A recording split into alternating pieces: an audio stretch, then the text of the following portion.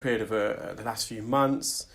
A couple of weeks ago, their symptoms exacerbated, and they went online looking for some remedies, and they tried some different types of oils, and I think also hydrogen peroxide drops from over the counter at the pharmacy, but to no avail. And in fact, if anything, their symptoms exacerbated because the oils had been absorbed by the wax plug and expanded and swollen.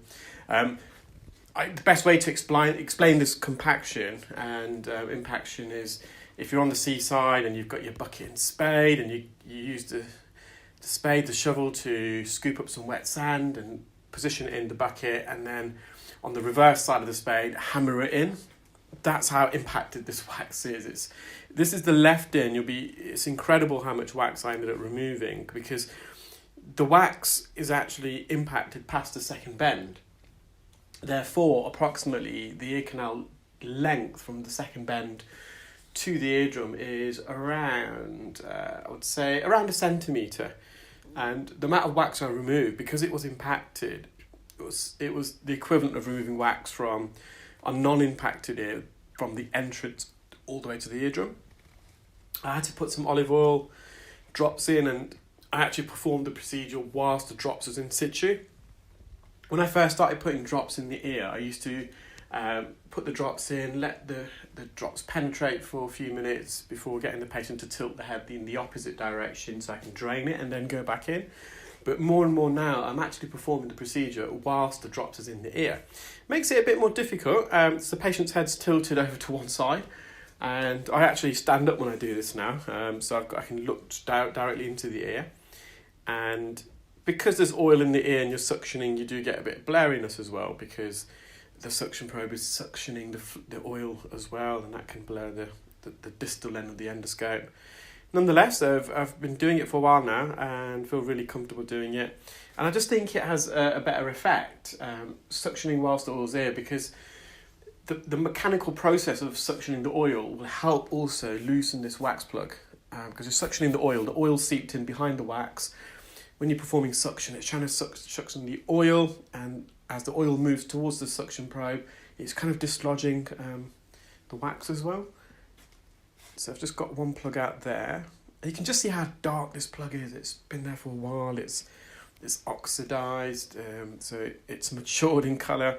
Freshly secreted wax is a light brown shade. And as it ages and gets older and it oxidizes within the ear, it can turn to a medium brown to a dark brown and almost a jet black in appearance colour. The patient has got quite a pronounced second bend. So within the ear canal, there's 2 bends. The ear canal, the shape of it is like an S, like a snake. The first bend is about 0.5 centimetre within the ear canal. The second bend is a further 0.5 centimetre into the ear canal.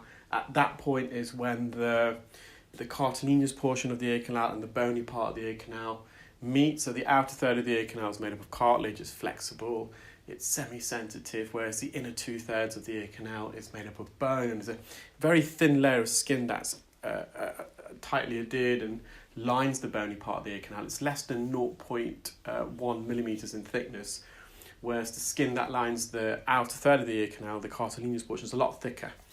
That's about 1 millimetre in thickness. And the outer third of the ear canal, that's where all the hair follicles are. You shouldn't find any hair follicles located in the inner 2/3, the bony part.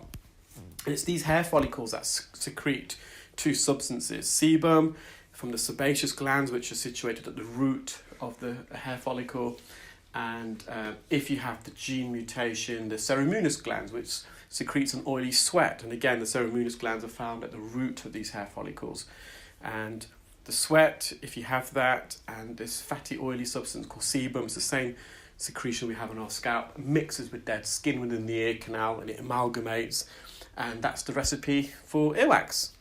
So the majority of earwax is actually 60% of dead skin, whereas the remaining 40% is made up of the sebum. And as I said, if you have that specific gene mutation and oily sweat, the ceruminous gland, that's the gland that secretes that oily sweat. It's the same sweat gland we find under our armpits. So if you have sweaty armpits when you exercise, for example, it means that you've got this oily sweat gland within your ear canal, which will produce a more of a wetter type of earwax. Now, managed to remove that plug. There's a tremendous amount there. There's the eardrum. It's intact, slightly red, slightly inflamed because of the impaction, but you would have seen the front part of the ear canals slightly protruding, so the patient has got a bit of a pronounced anterior recess, a little cravat, a little trench.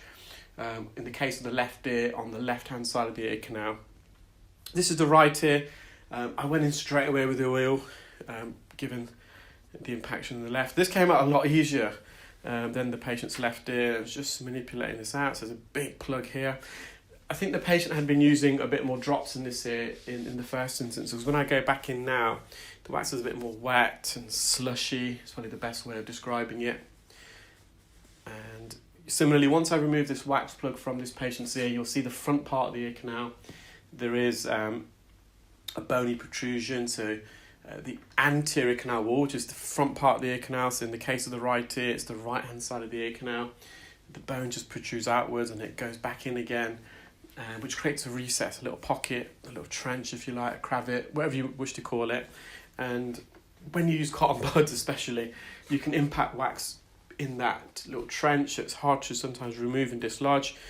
Some people don't have earwax, but they have a buildup of dead skin in the ear, and that's quite medial, so near the eardrum. So the skin that lines the eardrum, the epithelial layer of skin, as that dies and sheds, and it should migrate out of the ear naturally. So if we were to get a marker pen and make a dot on the eardrum, if we monitor that every month, on average, we should find that skin that the marker pen was on, as it dies and sheds, it should migrate at a rate around between 1.5 millimeters and 3 millimeters a month. And eventually, after 10 months or so, that black dot will no longer be present in the ear canal. It would have migrated out.